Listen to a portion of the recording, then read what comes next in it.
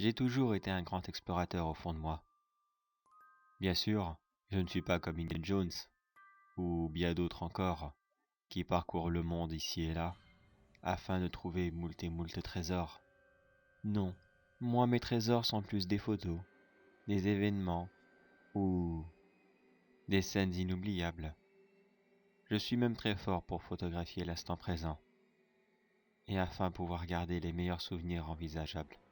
J'avoue que ma spécialité sont toujours les photos d'animaux, mais je vous rassure tout de suite, je ne suis pas comme ceux qui trichent dans les eaux, avec leur grand matériel performant, qui zooment à travers la vitre et que cela ne se voit pas.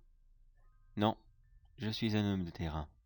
J'adore les rencontrer dans leur milieu naturel et les photographier au meilleur moment de leur vie. Je pourrais rester comme ça des heures à vous conter toutes mes merveilleuses histoires, toutes mes anecdotes et vous montrer toutes les merveilleuses photos que j'ai pu prendre. Mais je ne vais pas vous embêter avec ça. Mais je vais quand même vous conter une anecdote qui m'est arrivée il y a peu de temps de cela. Cela s'est passé en Afrique, plus exactement dans le marais de l'Okavango. Je venais de passer plusieurs heures à photographier toute la faune et la flore locale. J'avais l'intention d'y passer le week-end. J'avais été déposé ici par un transporteur. Je l'avais payé pour qu'il me laisse le week-end. Il m'avait déposé le samedi matin et devait venir me chercher le dimanche soir. En général, peu de gens viennent dans ces régions. C'est surtout parce que la zone est protégée. Mais avec quelques billets glissés par-ci par-là et 2-3 activités au noir, les transporteurs sont toujours d'accord pour vous y emmener. Mon calvaire a commencé à peu près vers 5 heures de l'après-midi. Il faisait encore grand jour dehors. Les plus belles photos devaient attendre encore un petit peu, car voyez-vous, j'adore les photos au coucher de soleil.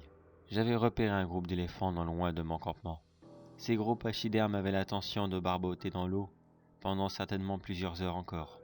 Je vous laisse imaginer la photo magnifique que cela aurait donné.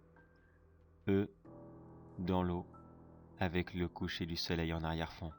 Je ne pouvais que l'imaginer d'avance, mais croyez-moi, elle aurait été magnifique. Pour être sûr de ne pas louper une photo qui resterait certainement dans les annales, j'ai décidé de m'installer plusieurs heures en avance. J'avais l'intention d'installer le plus gros de mon matériel et continuer ma petite chasse en attendant avec mes appareils de poing. Mais tout en installant mon matériel, j'ai entendu comme des bruits bizarres autour de moi. Des branches qui se cassent, des petits frottements dans l'herbe, comme si quelque chose me regardait. Je me suis dit, c'est normal, je suis au milieu de la faune et de la flore africaine. À quoi est-ce que je pouvais m'attendre?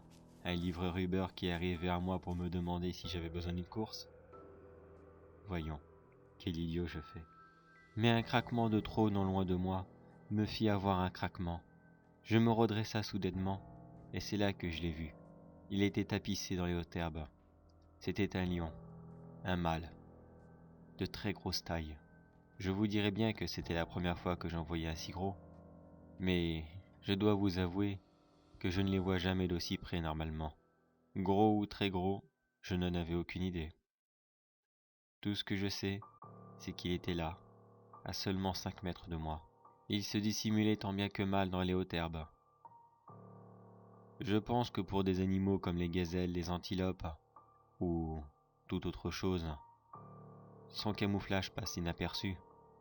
Mais il n'est pas le premier lion que je vois. Je savais bien en reconnaître un au milieu de ce feuillage. Je lui ai donc fait comprendre que je savais qu'il était là. J'ai ramassé une pierre à mes pieds et je l'ai jetée dans sa direction. Et comme je l'avais prévu, il ne s'attendait pas à une réponse de ma part. Il prit panique et fit demi-tour. Le roi des animaux, tu parles. Enfin, je n'ai pas le temps de jouer à chat. Le reste de la journée passa sans problème.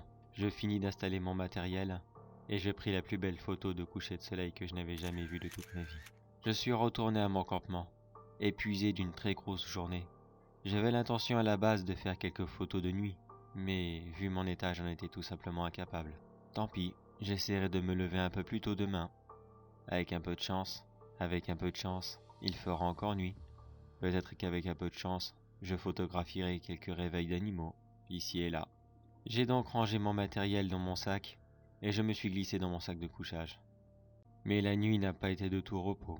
Je me suis réveillé 2 heures plus tard, à cause d'un bruit d'herbe cassée, comme si quelque chose marchait juste à côté de ma tente. Sur le coup, je fus surpris, et j'ai eu un petit peu peur. Mais, comme je me suis dit tout à l'heure, je suis en Afrique. Qu'il y ait des animaux ici, c'est tout à fait normal. Et après tout, c'est moi qui suis sur leur territoire, pas l'inverse. J'étais tenté dans un premier temps d'allumer ma lumière et de faire quelques petits bruits, afin de faire partir l'animal. Si ce n'était qu'un zèbre ou une gazelle, cela aurait pu marcher. Mais si cela aurait été un éléphant, là par contre, j'aurais eu des problèmes. J'ai donc décidé de m'allonger de nouveau dans mon sac de couchage et d'attendre simplement que cet animal passe. Les minutes passèrent, mais le bruit ne passa pas. Au contraire, il continuait à tourner et à tourner autour de ma tente, comme si cet animal, quel qu'il soit, était en train de me regarder, de me juger, d'attendre le moment propice.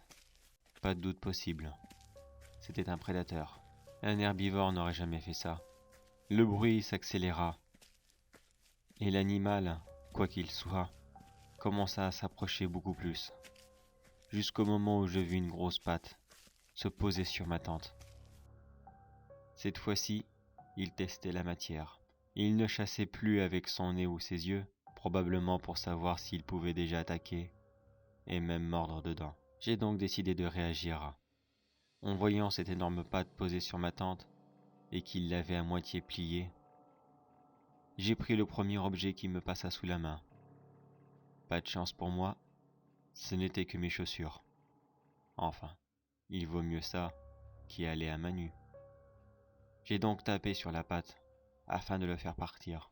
J'ai en même temps poussé un énorme cri, en espérant pouvoir le dissuader, pour lui montrer que je n'étais pas une proie, et qu'il fallait qu'il passe son chemin. Sur le coup, j'ai cru que ça avait fonctionné. L'animal fit 2 pas en arrière, mais cela n'était que pour bondir de nouveau. Il sauta sur ma tente, et la déchira, et avec ses pattes, la fendit dans la longueur. C'est là que j'ai vu qu'il s'agissait d'un lion. Est-ce que c'était le même que dans la journée ? Je ne pourrais le dire. J'avais l'animal à moitié couché sur moi. Impossible de me dégager. Je tentai quand même de le taper. Je ne voulais pas non plus lui faire de graves blessures. Je ne suis pas là pour chasser, mais je dois quand même me défendre. Avec la même chaussure, je commença à lui taper au niveau des côtes, mais cela n'a fait que l'énerver. Il arrêta de mordre dans la tente, puis m'attrapa le bras. Il secoua mon bras comme un vulgaire morceau de chiffon. Cet animal avait visiblement beaucoup de force. La douleur me fit pousser un énorme cri. Je sentis toutes ses dents rentrer, et je peux vous dire que cela n'est vraiment pas agréable. L'animal mordit de plus belle, et il recommença plusieurs fois, toujours en me mordant le bras, mais en mordant de plus en plus fort. J'ai bien cru que j'allais perdre la vie, mais j'entendis au loin un coup de feu. Le lion aussi l'entendit. Il arrêta net son attaque, mais il ne me lâcha pas pour autant. Il me traîna comme ça sur plusieurs mètres. Je voulais me dégager, mais comment faire lâcher prise à un tel animal ? J'espérais que le chasseur qui avait tiré ce coup de feu jappait à l'aide, en espérant qu'il m'entende. Cela arriva très certainement, car un deuxième coup de feu se fit entendre. Cette fois-ci, l'animal me lâcha. Avec toutes les forces et le courage qui me restaient, et sûrement dans l'effet de l'adrénaline, j'ai réussi à me relever et à courir dans la direction opposée. Derrière moi, j'entendais plusieurs rugissements. Je ne voulais pas me retourner. Je ne voulais que courir. Mais la curiosité a été beaucoup trop forte. Et quand j'ai regardé, je vis le lion. Il était là à me rugir dessus. Lui et 2 autres femelles. Je courus comme ça pendant 5 minutes. Je suis finalement tombé sur le petit groupe de rangers. Je leur expliquai la situation et ils m'emmenèrent avec eux dans leur jeep.